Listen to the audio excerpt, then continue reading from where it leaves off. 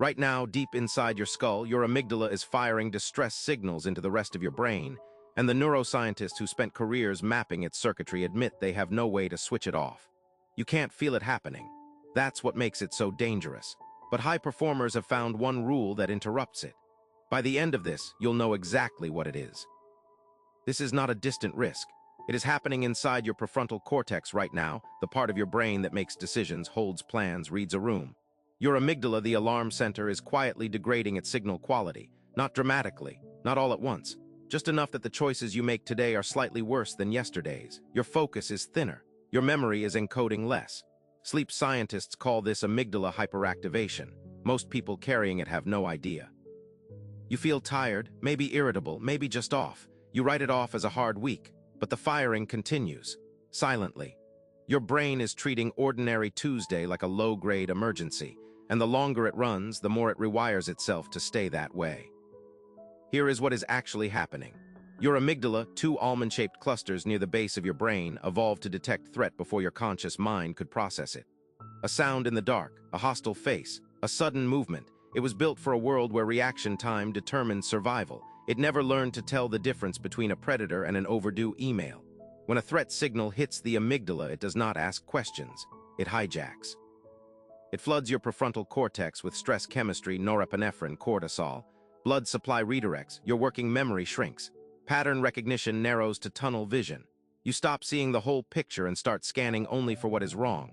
This happens in 80 milliseconds. You never vote on it. It is done before you are aware a trigger existed. And here is the part nobody publishes. It does not stop when the trigger disappears. The researchers who cracked the fear pathway, the Ledoux studies, the thalamic fast road work, can trace this signal in real time on a functional MRI. They know exactly which neurons fire first. They cannot stop it. Not with drugs, not reliably.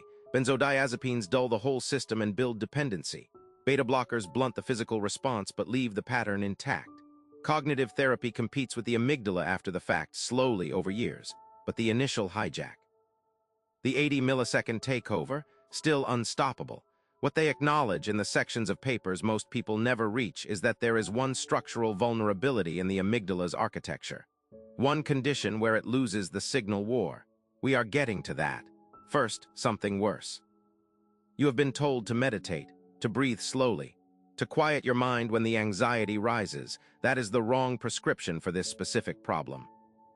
For chronic, low-grade amygdala hyperactivation, the kind running below your awareness right now, unguided meditation gives the alarm center exactly what it needs to keep firing: silence, absence of competing input, just your own thoughts recycling back over whatever it has already flagged as threat. Research on elevated baseline amygdala activity found that people who began unguided meditation reported higher anxiety after 4 weeks, not lower. Their amygdala filled the quiet. And here is the second thing running against you right now. Chronic hyperactivation does not just change how your amygdala functions. It physically thickens the tissue. More mass, louder alarms, the architecture changes to lock in the pattern.